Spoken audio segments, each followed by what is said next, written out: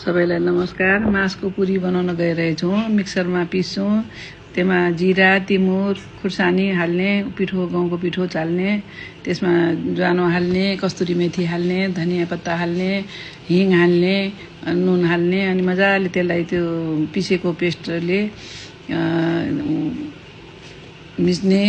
मिच्दै जाने, पानी नहाल्ने।